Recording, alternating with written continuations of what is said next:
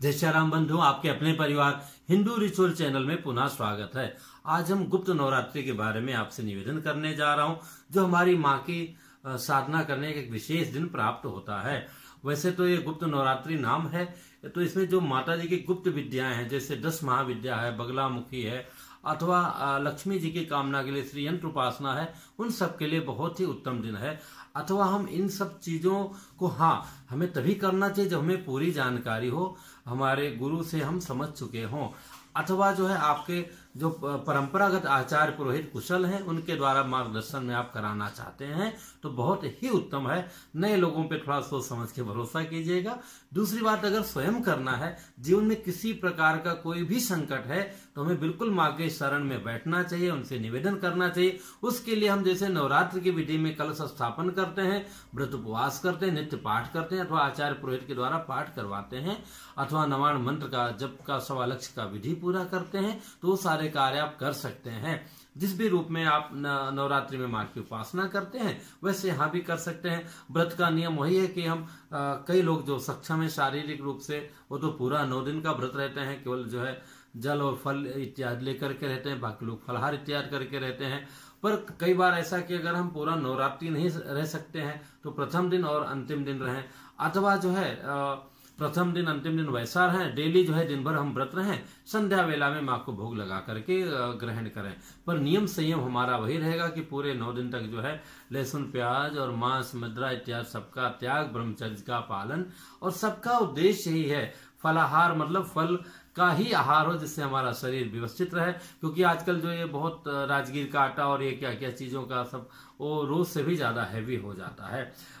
उपवास का मतलब ही होता है उप समीपे वासा। उप मतलब माँ के चरणों में बैठ करके हम वहाँ अपनी भावना को अर्पित कर सकें कि माँ हमारे जीवन में ये आपकी कृपा से सुख प्राप्त है, अथवा इसकी कमी है, जरा इस पर नजर मारिए। तो और माँ से बड़ा दयालु कौन है। माँ में भी जैसे इसमें जो है देखिए कितना अच्छा बात है कि इसमें हमें बसंत पंचमी माँ सरस्वती मैया की जयंती भी प्राप्त होगी। तो अगर हमारा शरीर कितना अच्छा हो, अगर उसमें कई लोग देखते हैं आप, अगर बुद्धि ना हो तो जय जय सिया राम, कोई इसका मतलब नहीं रहता है। शारीरिक रूप से हम थोड़ा टेढ़े मेढ़े भी हों या काले हों गोरे हों जो भी हों, लेकिन अगर बुद्धि अच्छी है तो उसी की हर जगह जो है पूजा होती है, उसी की मान्यता होती है। तो बुद्धि की अधिष्ठात्री माँ है, तो उनका भी इसी में जयंती आ रहा है। तो उस रूप में अगर आप माँ सरस्वती के भक्त हैं तो उन्हीं को प्रधान मानकर कीजिए। माँ दुर्गा जी के भक्त हैं तो उनको प्रधान मानकर कीजिए।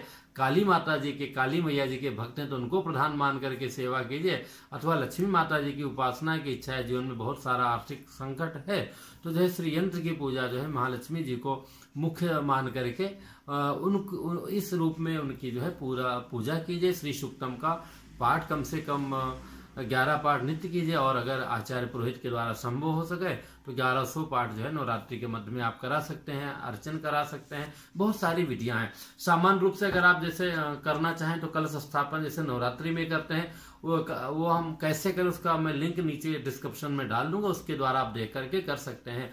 दूसरा ये है कि केवल हम अखंड ज्योति जला करके जैसे मंदिर में भगवान की नित्य सेवा करते हैं, मैया जी को सेंटर में रखकर विशेष सेवा करते हैं, ऐसे ही ये करते हुए एक अखंड दिया का निर्माण करके भी आप इस तरह से नवरात्रि का पूरा आनंद ले सकते हैं।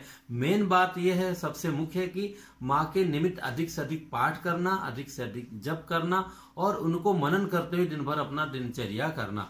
अगर इसके साथ में और भी हो सकता है कलश स्थापन इत्यादि, अगर आप ऐसा करते हैं तो ऐसा भी कर सकते हैं। ये सब भी कुछ ना कर सके तो हमारी जो असली माँ है उनकी तो नित्य सेवा करनी चाहिए। उनका सम्मान करते हुए जितना भी अधिक आप ऑफिस कहाँ भाग के जाते हैं, जो भी करते हैं, तो उसके लिए जो है माँ को एक अखंड दिया जला करके सुबह शाम ही सही नवाण मंत्र का 5 मिनट 10 मिनट 11 मिनट जितना हो सके बैठ करके हमें जप करना चाहिए। तो मैं नीचे डिस्क्रिप्शन में कलश स्थापन का विधि भी डाल दूंगा, जिसके अगर आप वैसा करना चाहते हैं तो उस रूप में आपको मिल जाएगा। सेकंड जो है नवाण मंत्र का भी कर देंगे कि नवाण मंत्र के द्वारा करना चाहते हैं तो वैसा भी आप कर सकते हैं। दोनों डिस्क्रिप्शन में मैं दोनों लिंक डाल दूंगा। तो इस तरह से बहुत अच्छा अवसर है गुप्त नवरात्रि का। बगलामुखी वगैरह के लिए कई बार हमारे भाई बहन पूछते हैं, पर बगलामुखी सामान्य रूप से हमें नहीं करना चाहिए उसका उच्चारण, क्योंकि माँ का वो अलग रूप है, वो वहां पर एक अधिष्ठात्री के रूप में विराजमान है।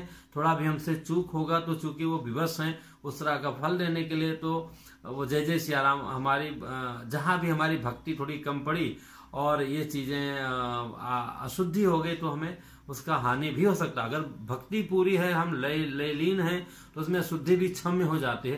पर अगर हमारी भक्ति कम हो गई और जो हमको चाहिए प्राप्ति उसमें ज्यादा ध्यान है और हमारा मंत्र अशुद्ध हो गया, तो बंधु उसका हमें उचित फल ना मिलकर के अनुचित फल इन उपासनाओं में मिलता है। उनसे मैं निवेदन करूंगा, आप बचिए, उसको उस पर मत जाइए।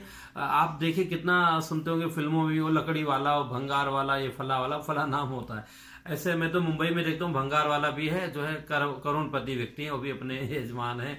दूसरे वाले भी है, कोई चूना वाला, चूना बेच करके कई लोग हैं। कई तरह से जो केवल कचरा फैक्ट्रियों को फेंकवाते हैं, उनको उनकी भी अलग स्थिति है।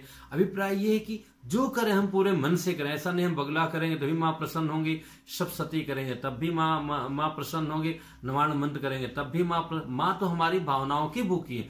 पर हाँ, शास्त्र का निर्देश है कि आप इस तरह से करेंगे तो इस कामना की पूरा होगी, वो तो निश्चित होना ही है। पर कुछ भी करें, जो आपका सामर्थ्य हो, जितना शक्ति हो उसके अनुसार करें और पूरे समर्पण से करें, पूरे भरोसे से करें। माँ उसी में प्रसन्न होकर के आपका, हमारा जो भी करेगा उन सारे भक्तों का कल्याण कर देंगी। इसमें कहीं कोई दो राय नहीं है। शांत चित्त से रहें और ब्रह्मचर्य का पालन करें, माँ का ध्यान करें, हर एक कामना माँ अवश्य पूरा कर देगी। इस गुप्त नवरात्रि के अनुष्ठान में बहुत अच्छा दिन है, अच्छा मौका है और इसका बहुत ज्यादा शोर शराबा मचाने की आवश्यकता नहीं।